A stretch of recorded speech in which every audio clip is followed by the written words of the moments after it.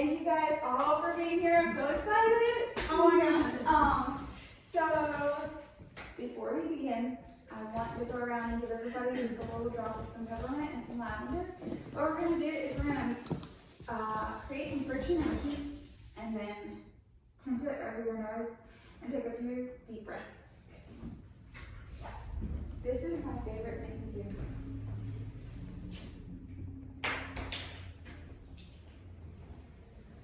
And this is perfectly safe for pregnant ladies.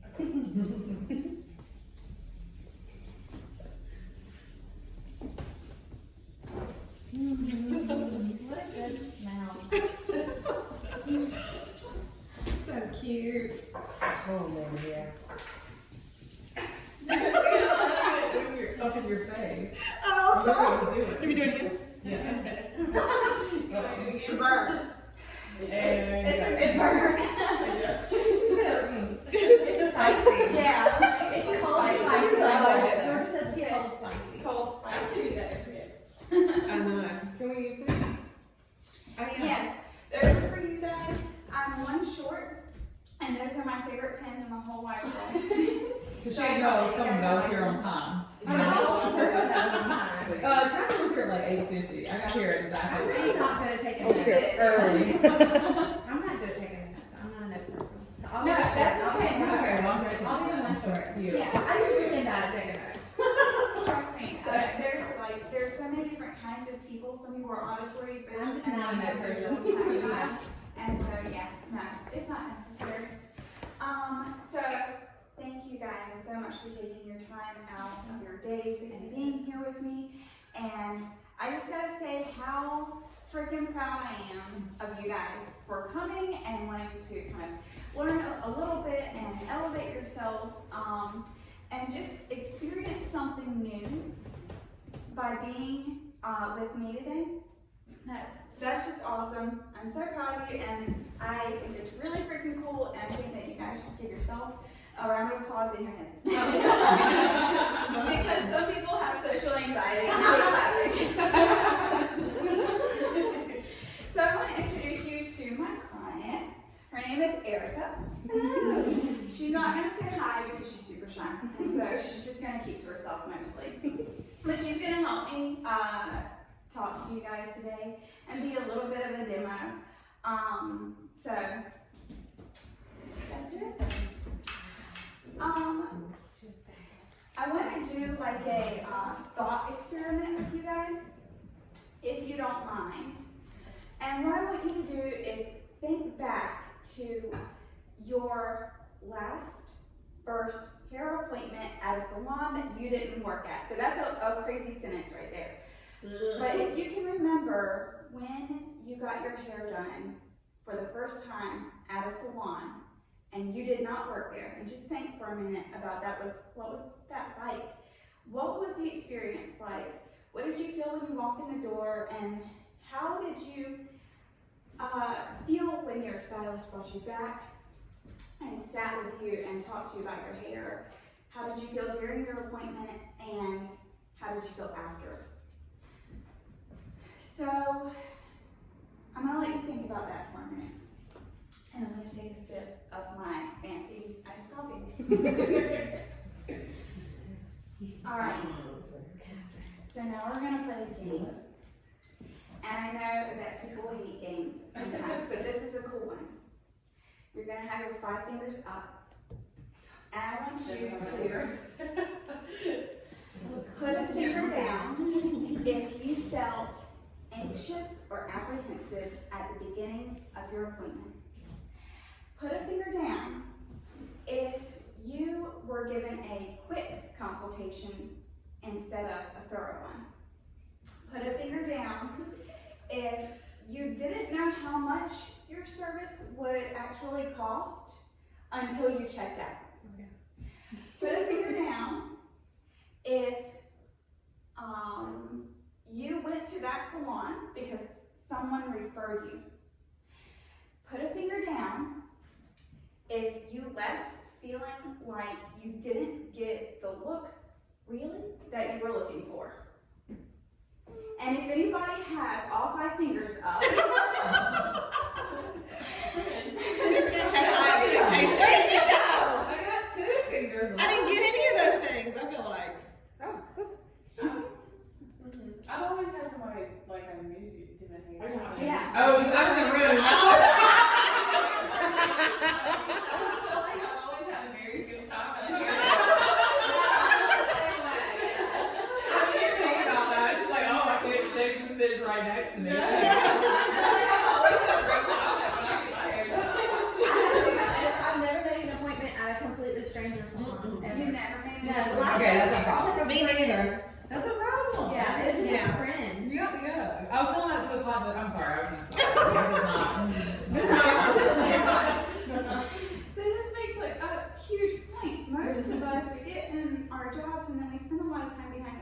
and we get so embedded in the community that everyone becomes our friend, and we have this sense of comfort when we go to a salon. But if we didn't know the stylist, and we walk through that door, and we feel kind of like, who is she?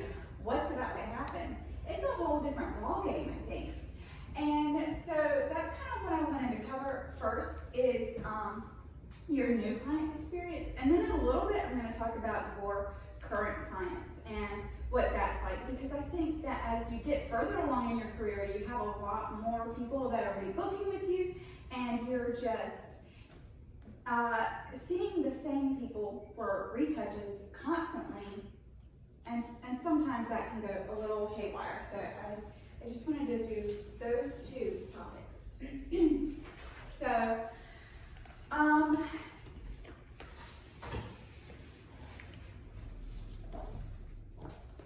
going to share something with you.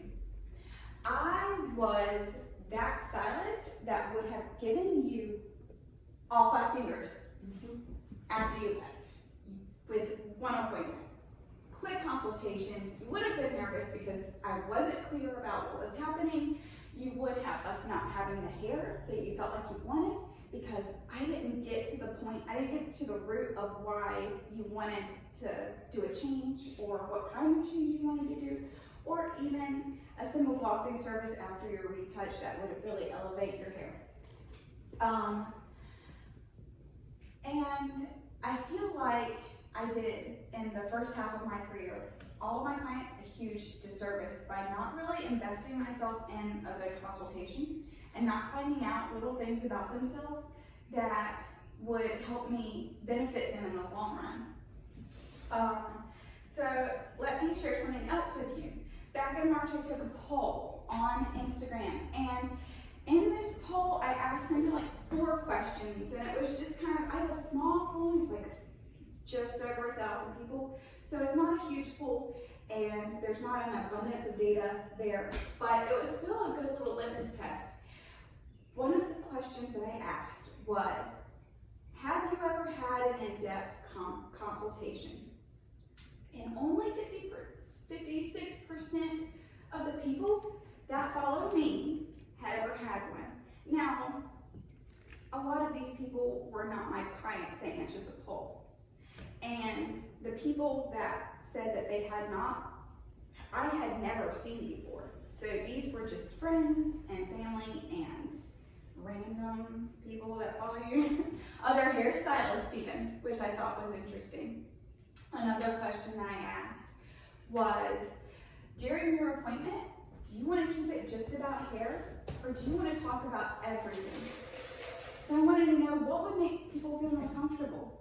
Should I be more professional, or should I just open up and let's talk about them and let's talk about their lives? I'm kind of amazed at the results of that one, because 93% of people said, let's talk about everything. And the 7% that wanted to keep it about hair were all hairstylists. Not a single one was a client.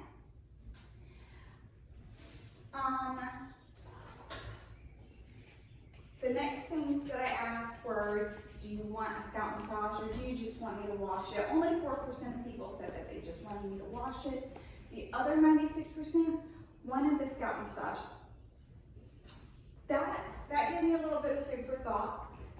I had to take a pause there because I had never done a scalp massage on any of my clients, and I felt a little bit butthurt about that. And so the last question was, how long do you want your hair appointment? Do you want it to be 1 to 2 hours? Do you want it to be 3 to 4 hours? And it was 50-50 split. So, what is there to glean from that kind of information? There has to be something special there. Just from those 4 questions, what kind of things did I learn? I learned that people really want to be taken care of. They want to feel pampered, and then they want to feel connected. I don't know how many of you have studied Latin, but there is a lot of meaning behind the separation of words. And there is a word called relationship that we use constantly. We have a professional client relationship. And the wordship marries this together. But relate is so important. We need to be relating and honest with our clients and building that kind of weaved rug and tapestry between ourselves and our clients during our appointments. And that starts with the consultation.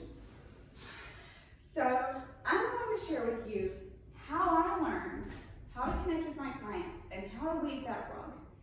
Sometimes I've been very successful with it, and then other times, not so much. So, I'm going to start with my first slide. I only have 3 of these. It's not very good. I didn't want to do like a whole big thing. I felt like that would be too much to look at.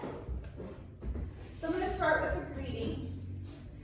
Sis walks in the door, and she is looking to be welcomed.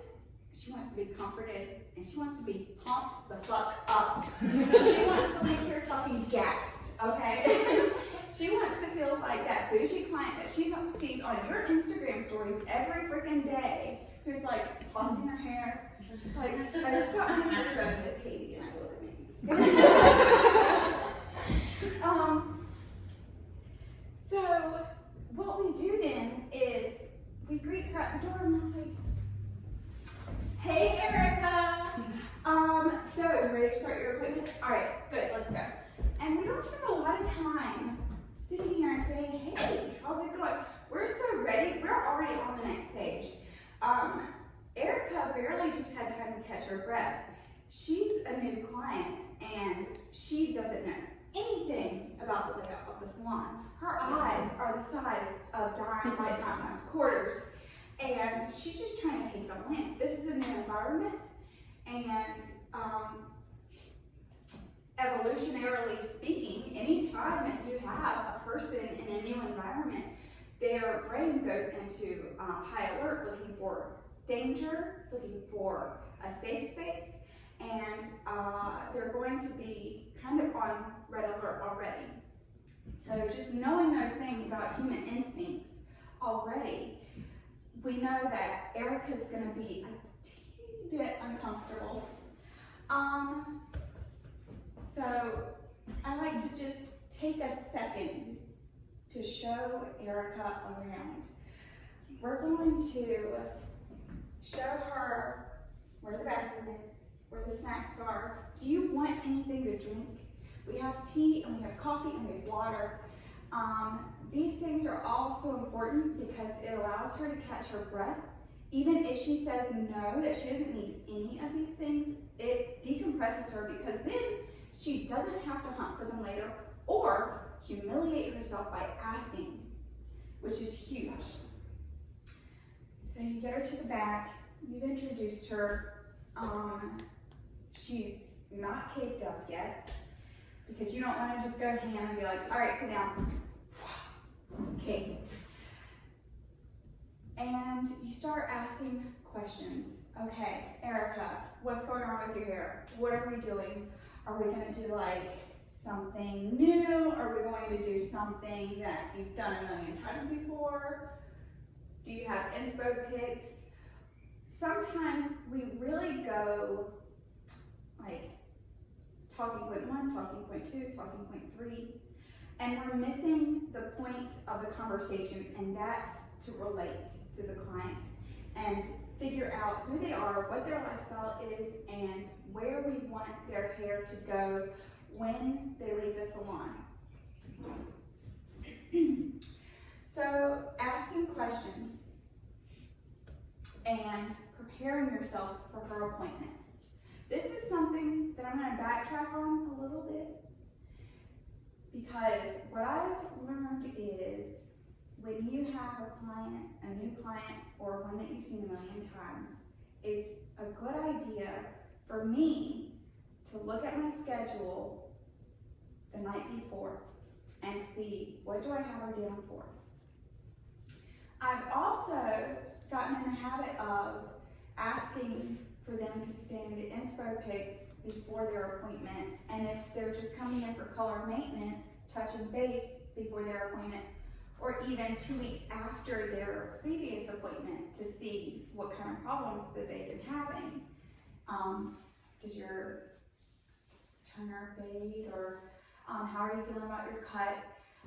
Checking in with my clients is huge for me because I need to know how they feel about their hair all the time.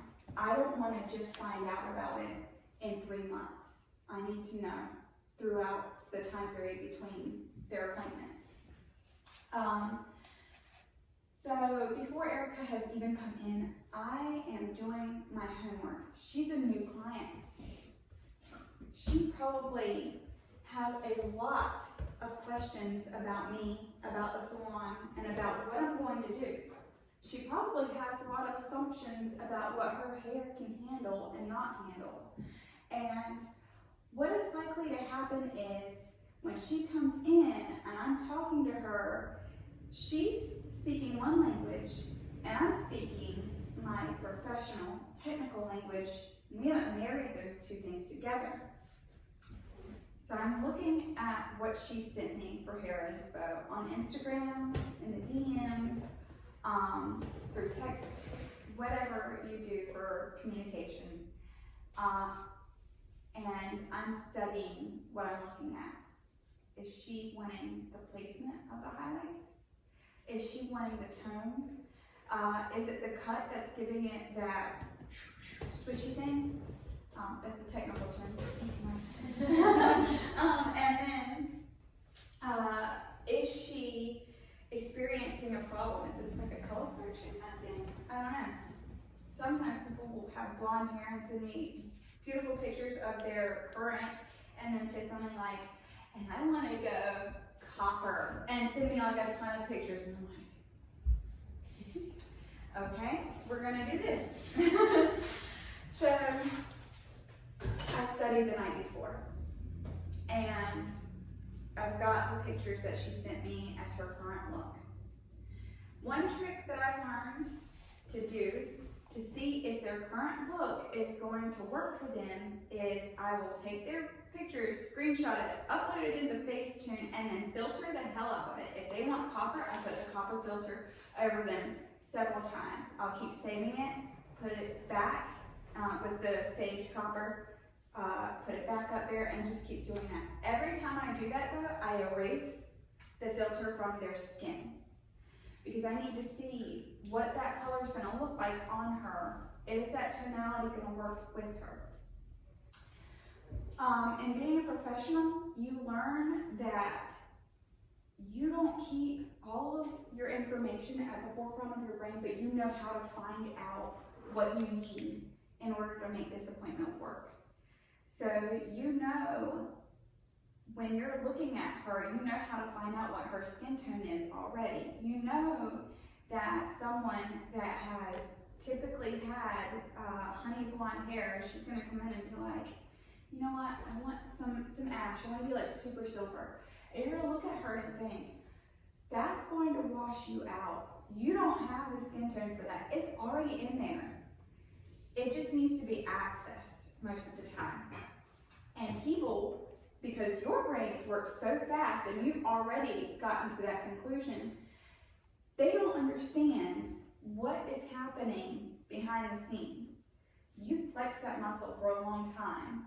Athletes do this all the time, like football players. They practice and practice and practice. They're good because they practice, because it's all instinct. And you have the same instinct with your color skills and with your technical skills. So she's gonna come in, she's got,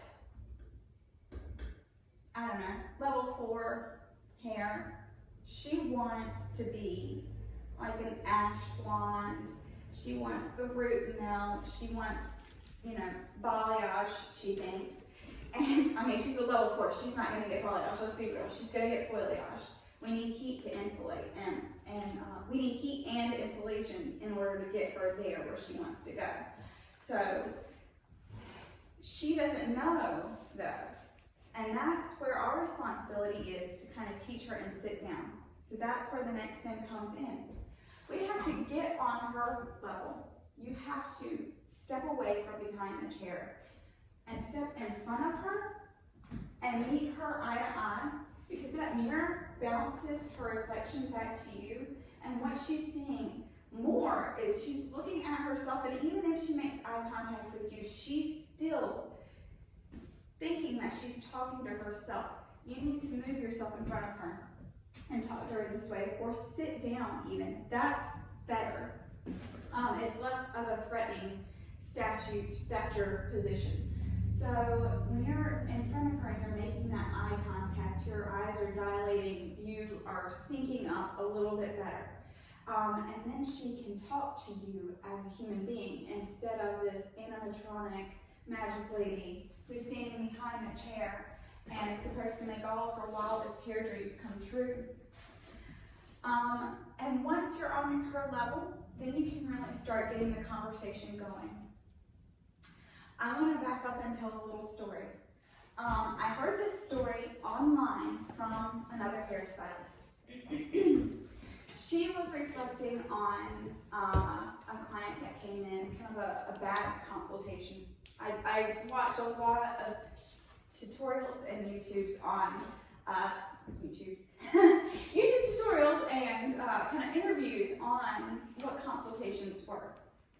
So she's just talking about her guest had come in, and she was a new client, and the guest sat down in her chair and said, "Do whatever you want."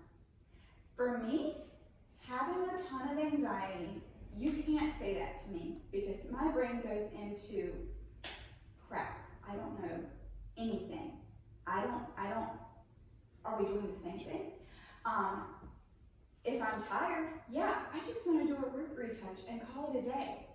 But that's not what she's asking for. She wants me to do anything. So the woman said, the stylist said, "Well, I can't just do anything. You know, we have to talk about it." What do you mean, anything? And so the client is just like, whatever you want. And the stylist is like, "Well, really, but what does that mean? I'm sure you don't want me to take you like lime green or, full head highlights, high maintenance color." And then the more that the stylist pressed to get this information out of the client just kept shutting down. She just was more adamant, and she began to get furious. And her eyes began brimming with tears. And so the stylist was like, okay, first of all, she didn't do that, but she was like, she put her hands on her shoulders and she said, "Look, I'm gonna give you a minute and I'm gonna step away and I'm just gonna be right back." So she got like half a step away before the woman just completely dissolved into tears. And so the stylist sat on her level and said, "How can I help you? Can I get you anything?" And it turns out that that client had just been diagnosed with cancer. And she wanted something dramatic because she was going to lose all of her hair once she started chemo. She wanted something exciting and something to take her mind off of it. She didn't care what the cost was. She didn't care about anything. She just wanted to feel good. And I think sometimes as stylists, we forget that that's a huge part in why people are coming to us. They want to feel so good. I get really emotional.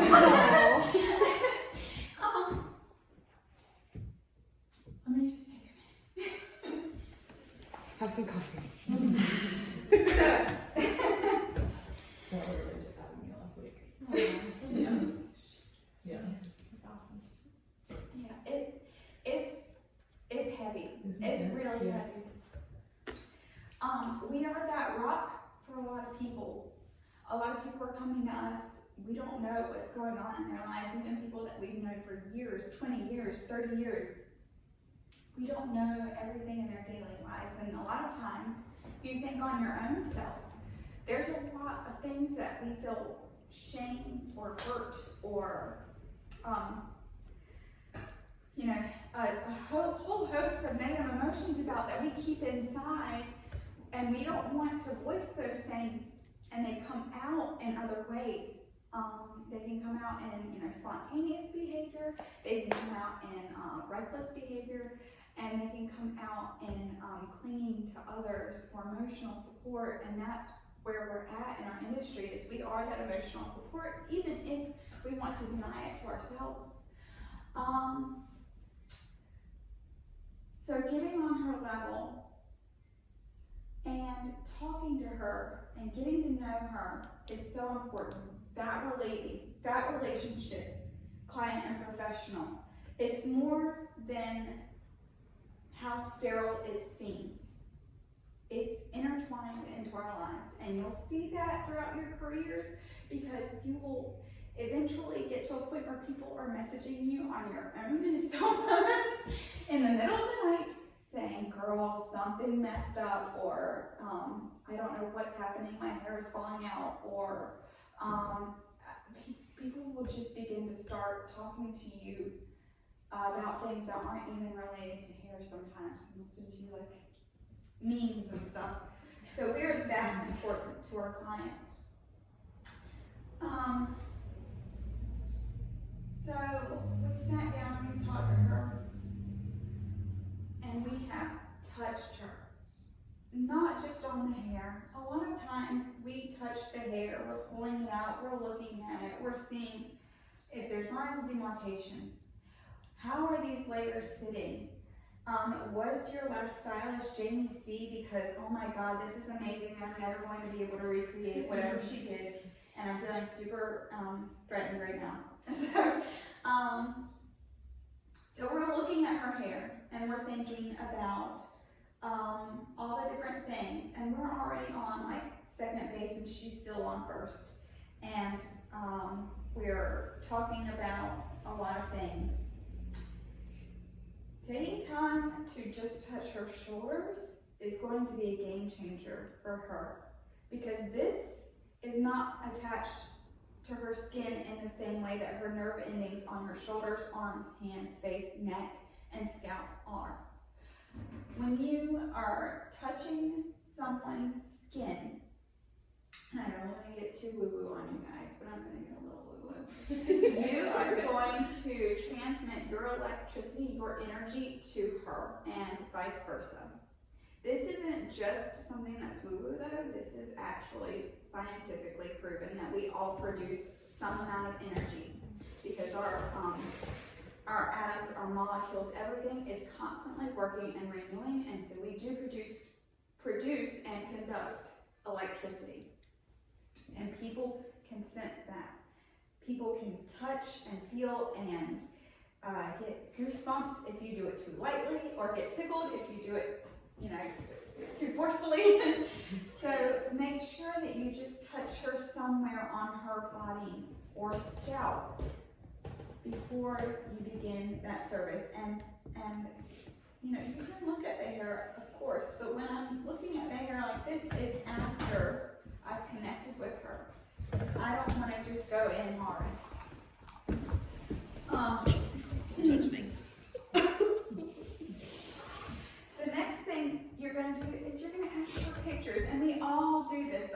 Like, it's one of the cardinal rules of hairstyling is, girl, we need some pictures. We're going to listen and question these pictures, and we're going to look and see what she's got. Is this the same stuff that she's been sending me on the DMs through text? I mean, did she decide suddenly she's going to switch it up? Oh, I know, I said that I wanted to do copper, but really, I think I don't want to do that anymore. I can't tell you how many times I've heard that and gotten myself ramped up to do one color and then been surprised when she was like, no, I don't want to do that anymore. I'm like, okay, I guess we're going to do this incredibly different other thing. So we have all of these pictures. And again, we're going to go over the placement, the cut, the techniques. She's going to say, I want balayage, or what is reverse balayage? I think I want that. Well, if you don't know, what reverse balayage is, how do you know that you want it? But she's going to be looking at these pictures and seeing is when she gets it on.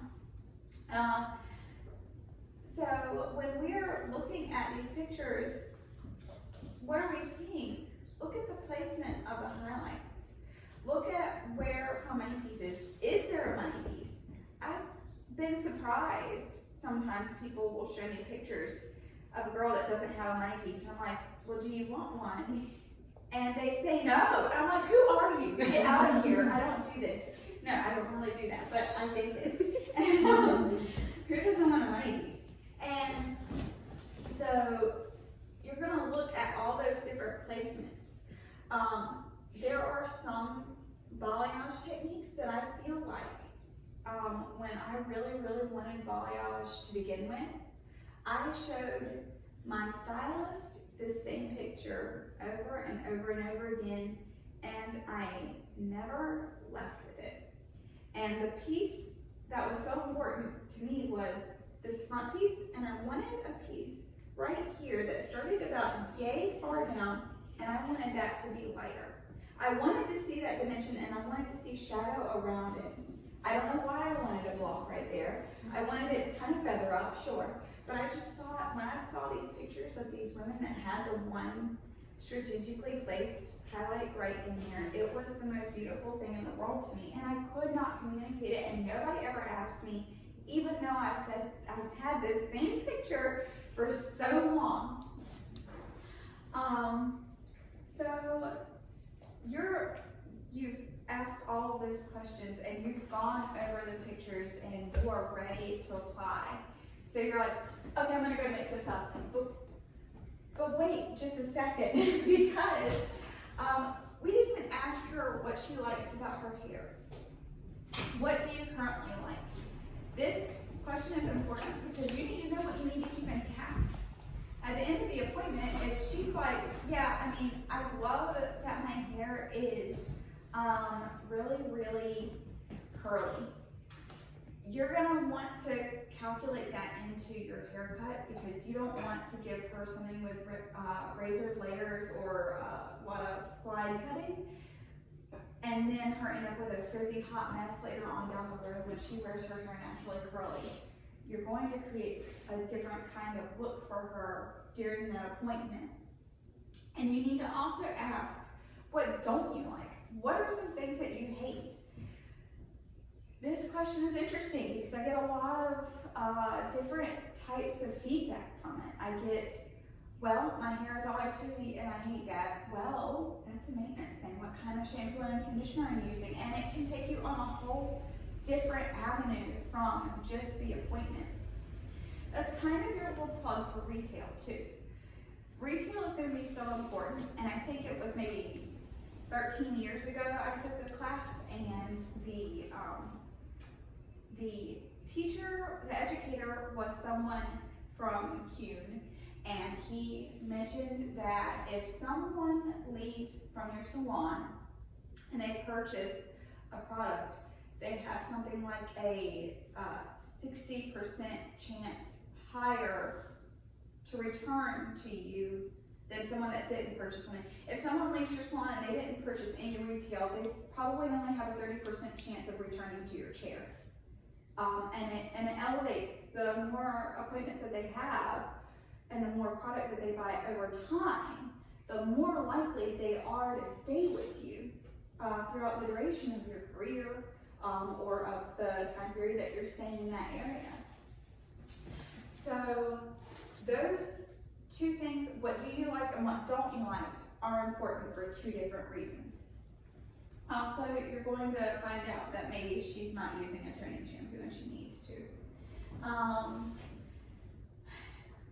A question that I skip over sometimes, and I hate that I skip over this, but it's so important, is, do you have any scalp issues?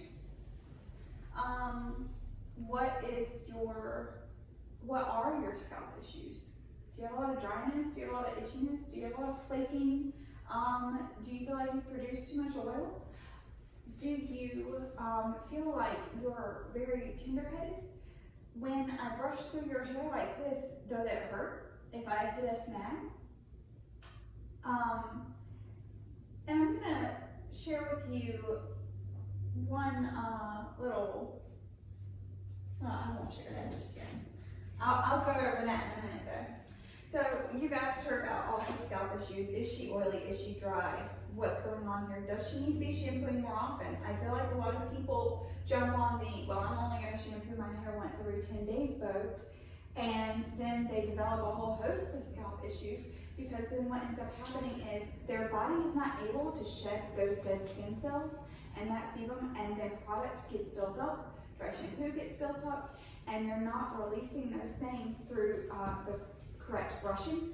You have to stimulate the scalp. You have to get rid of that stuff, and a lot of people use shampoo for that. So those things need to be gone over and kind of touch base on. If you have a healthy scalp, you're going to have healthy hair. If you have a horrible scalp, you're going to see some bad outcomes because of that. You could see an adult with cradle cap.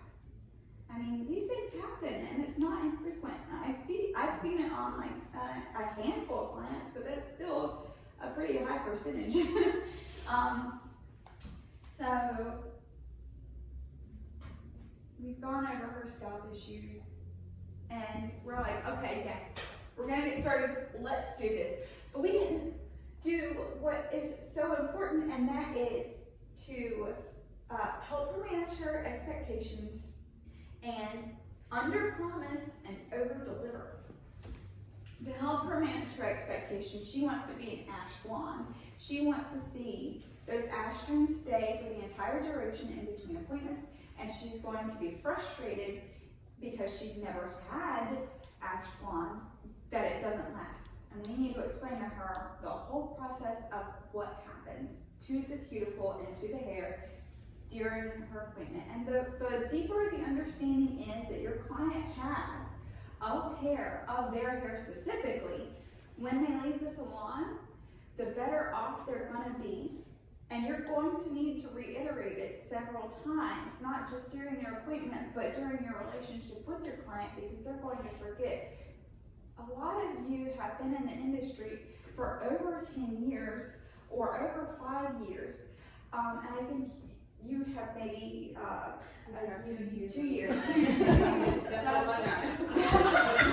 you've probably seen your fair share of clients that had unmanaged expectations, and they thought, girl, that trainer did not keep, or someone that had completely virgin hair, and then they left feeling like their hair was great, and then a couple days later, they shampooed their hair with something that you didn't tell them to, and they've forgotten all the reasons why they shouldn't do that.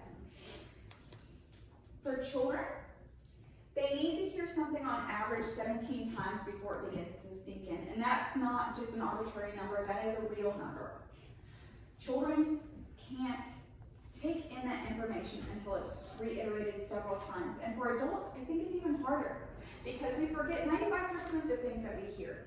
And then, unless we've heard it over and over again and been exposed to that information over and over and over again, our brains don't accept it, because we get to a point where we just know everything.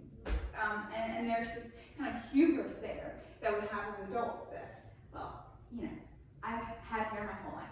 I don't need this information. It's not like a actual thought process that we have. It's a reaction. It's just how your brain acts to receiving new auditory and visual information. We react differently to tactile information though. So having our hands on something is completely different from that. I just wanted to say that. Okay, we need to go over pricing. What is your budget? What are you looking at in terms of investment?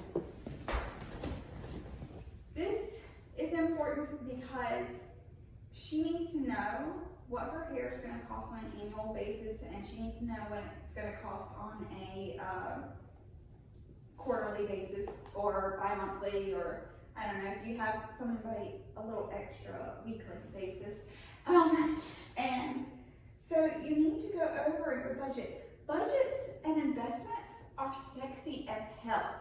I don't care who you are. If you are not interested in a budget at this point in your lives, you need to get on that because you are missing out. It's so good. There's so much satisfaction in seeing those numbers and being like, yep, lines up, lines up. And look, I even have extra. What am I going to do with my extra? I'm just going to maybe add it into my Roth IRA and a little bit of interest, you know? So budgeting is sexy, and you need to talk to her about her budget and her realistic expectations for what she's able to spend. She may be a client that can really only afford, and there's no shame in this. I feel like a lot of times people can be shamed for their inability to spend large amounts of money. And I hate that for them because everyone wants to feel beautiful. But if she only has a budget of $150 every 3 months, what is there a service that I can provide that costs about that every 3 months? Well, yes, there is. We have your color maintenance. We can just do a little partial around the face and just pop in a couple of highlights, and that's that. You look good. You get a gloss, you're done in an hour and a half. You're out of there. You know, it doesn't have to be a big thing all the time. Your maintenance, your look can keep you going every 3 to 4 months between appointments, and you can still look bomb, you know? She doesn't need to come in all the time and spend a buttload of money. I do like to start out by saying, your initial appointment is going to cost this much because what we're working with is a whole transformation.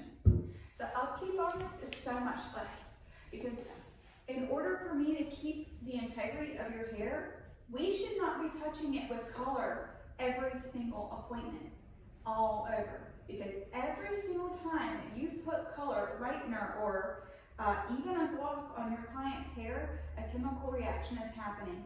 You have your peroxide or your developer, and you have it mixed with an acidic or an alkaline color. When you mix those two things together and they begin the oxidization process, what that process does on the hair shaft is it tears holes into the cuticle. So constantly doing these things to our clients, even if we're doing things like applying something like an equalizer prior to doing the color, we are still creating damage and destroying that cuticle. To keep their hair healthy, we want to keep the cuticle intact. We don't want to blow it completely open and expose all of that raw keratin on the inside of that cuticle, because then their hair is going to feel like mush and like overcooked ramen. She's just going to pull it off like that, you know? So she's going to need to know the realistic expectations of the maintenance of her hair, and that includes what process she's going to need to do between appointments and between big appointments. She could do a big appointment probably once every 2 years. You know, maybe once a year, depending on how fast her hair grows, if it's a lived-in look.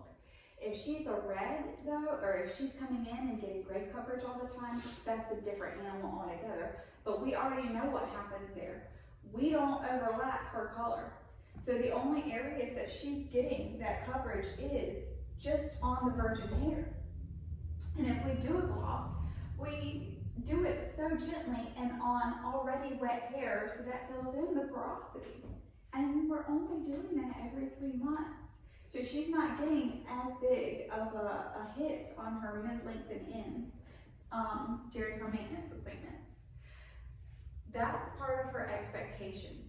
She needs to know that she's not going to get a full head of baby lights every single appointment. That would be madness, and her hair would be fried as hell.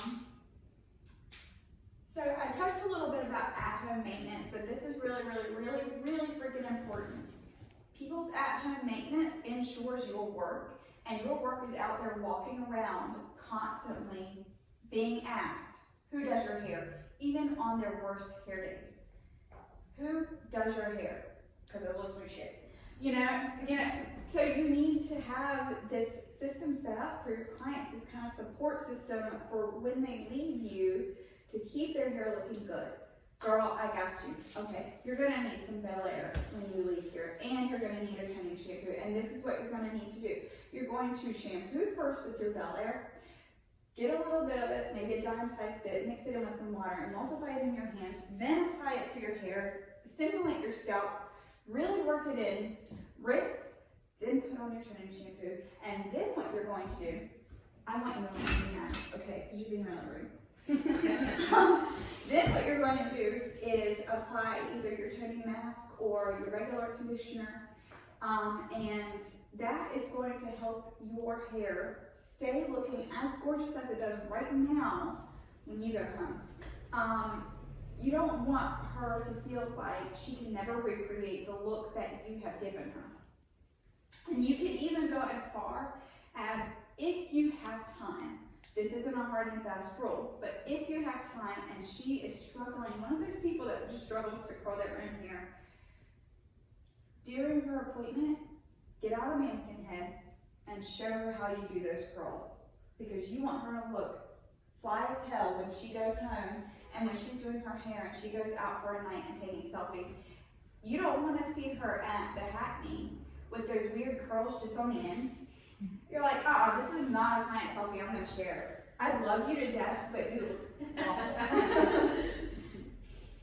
Okay. So we've gone through the whole consultation, we've managed her expectations, she knows what she needs to do when she goes home. What else is there to do? I like to get people to send me the pictures again, if they're different pictures, of their expectations, because I am studying the hell out of them while I'm mixing up color. And I'm a horrible second guesser. So I can't just see it once and be like, got it. No, I need to see it constantly. I need to see it after I'm done applying our highlights. Okay, what level do I need to get to? Do I need to get her all the way up to banana yellow, or can I just get her to like a 7, like orangey yellow, because I need to keep some of that underexposed keratin. I need to see some of that warmth. And what am I looking for? So I'm just going to continue looking at her inspo pitch during the time of her appointment. And the last thing I'm going to go over with her is the amount of time that her appointment is going to take.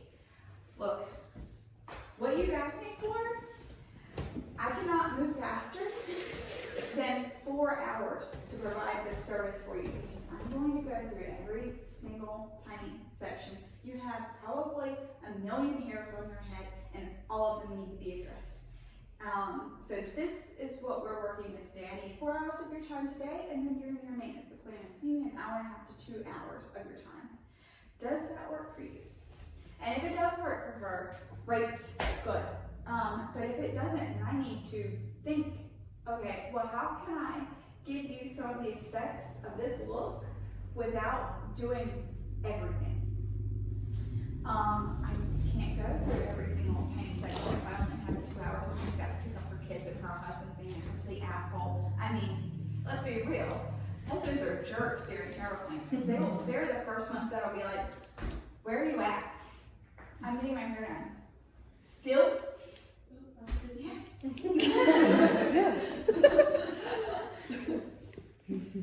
Okay.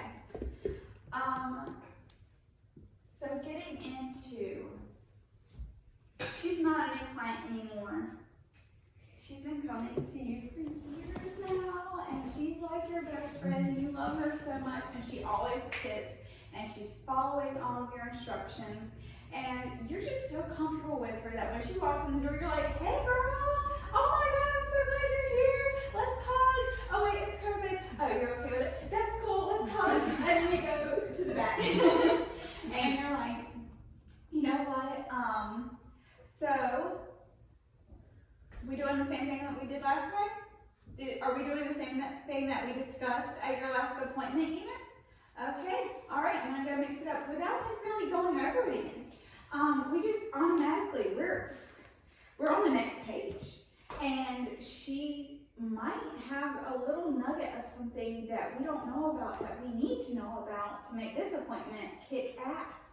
And so taking a time to go through her appointment again every single time is really important, even if you can just kind of lightly touch on a few of those things. how did your hair wear last time? Were you happy with everything? When you wore it up, did it give you any problems? Are you having any issues? You know, really try to get some more open-ended questions in there as well. Because a lot of times yes or no questions can kind of just leave you at a stop, and you don't get to dig deeper into why, yeah, it's fine, it looks great, I loved what you did last time, just do that. So try to add some of those open-ended questions, like, if you could change something, what would it be? Because then that makes her think, and her thinking will make her happier in the long run. I'm going to tell you about a client that I had that it was a new client to me, but she had been with the same hairstylist for 10 years, and this hairstylist was a friend of mine, and this hairstylist was still readily available and still just as amazing and working and grinding and doing amazing things all the time. And you know, I could not see any flaw with this hairstylist at all. And the client surprised me by sending me a DM and saying, hey, I'd like to get on your book. How can I make that happen? And so I said, well, let's go ahead and schedule you an appointment, and you know, I'll see you in, you know, X amount of weeks. So she comes in, and I greet her, and I show her around, because she's never been here before, and I take her to the back, and I start my consultation. Halfway through the consultation, she's like, whoa, this has never happened to me before. I had one consultation with my previous stylist, and I love her to death, but she never did another one again. She always just said, we doing the same thing we did last time? You want to do a gloss today? And that was it. And she felt like even though she had built this relationship with her friend and hairstylist, that they had just forgotten that she is also a client and also has needs beyond just getting that root retouch. As it stands, she very much is just a root retouch with a gloss. But I still do those consultations with her, because to her, she wants to feel heard at every single appointment, even if it's the same.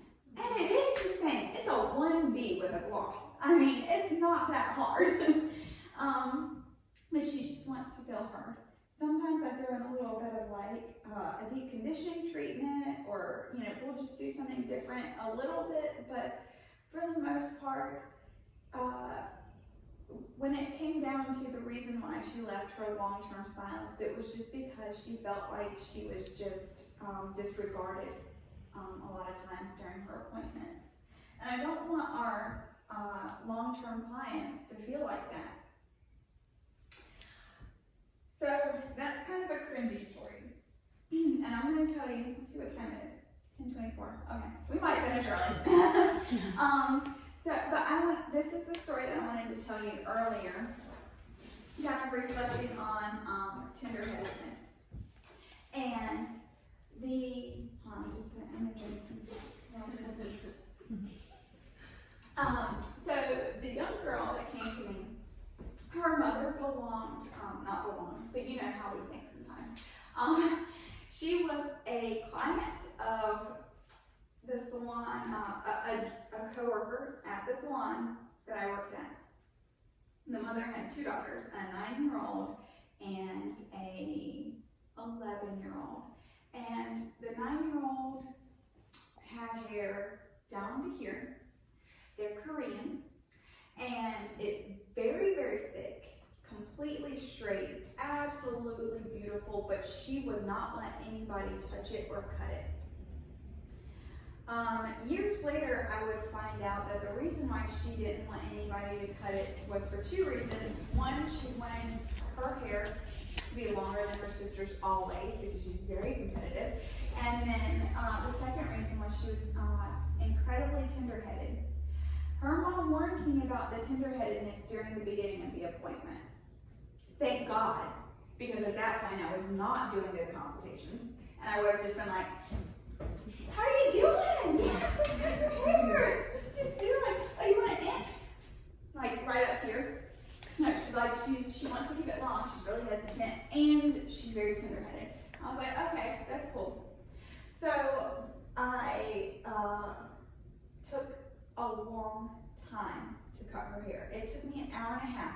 something that was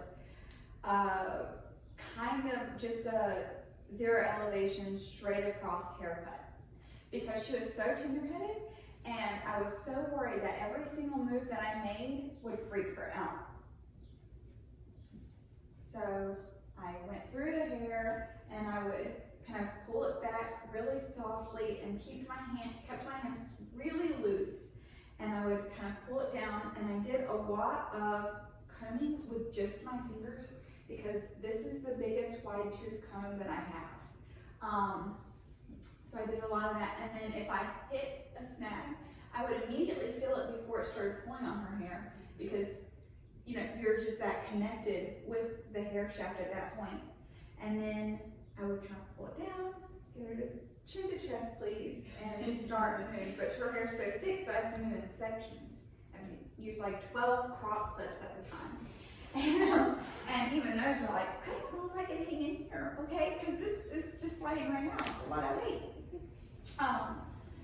When she left, she was so happy she cried. A 9-year-old was so happy that she cried, and I never really met another 9-year-old quite like that.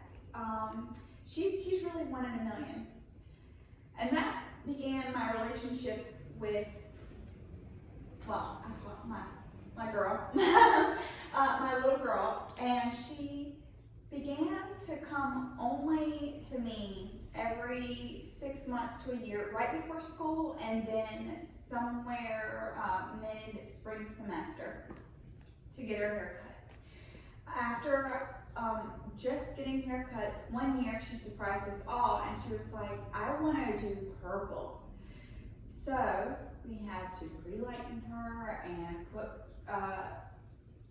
Pulp Riot, I forgot what I do, maybe velvet mixed with lilac on her hair, and it was great. But it's still, they're very long appointments, because the whole time I asked her continuously, does this hurt?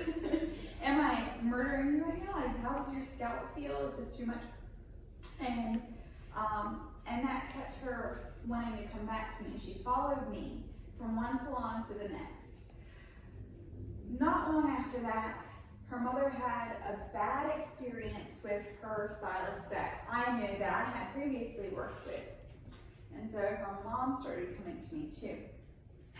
And then not long after that, her other sister, who was competitive as well, began coming to me. And that is how I got my family of my biggest ticket clients, who come and are the most reliable people, is by constantly listening to them and keeping their needs at the forefront of my mind, and that being like the most important thing that I could do during their appointments. These people are they mean the world to me. My clients are a blessing. I am not fabulous or cool or trendy or extra anything. I'm just Chas, and they make me feel like I know what I'm doing, and they give me this feeling of a higher vibration than I've ever had in my life. These people are more valuable to me than I have put in a lot of other types of relationships, like even work relationships, So I like to give them the value that I think that they deserve. So I just feel like there's one more thing that I need to cover. This is my final word. People will not remember what you said, but they will remember how you made them feel. They'll remember it so viscerally. If you didn't listen to them, they're going to take it as a personal attack, and they're going to bury it deep inside their chests, and they're going to hold it in, and they're going to carry the weight of it, because they have that hair on their head for a long time in between appointments. And if they don't feel good, if they don't feel connected to you, then they're going to, they're not going to be very happy with you. So, that's my class. Thank you all so much for listening to me. And I'm so proud of you all for paying attention, even when it got boring and super stupid at times. I'm just so grateful to all of you. The end. This was not boring. This was very good. Thank you very much.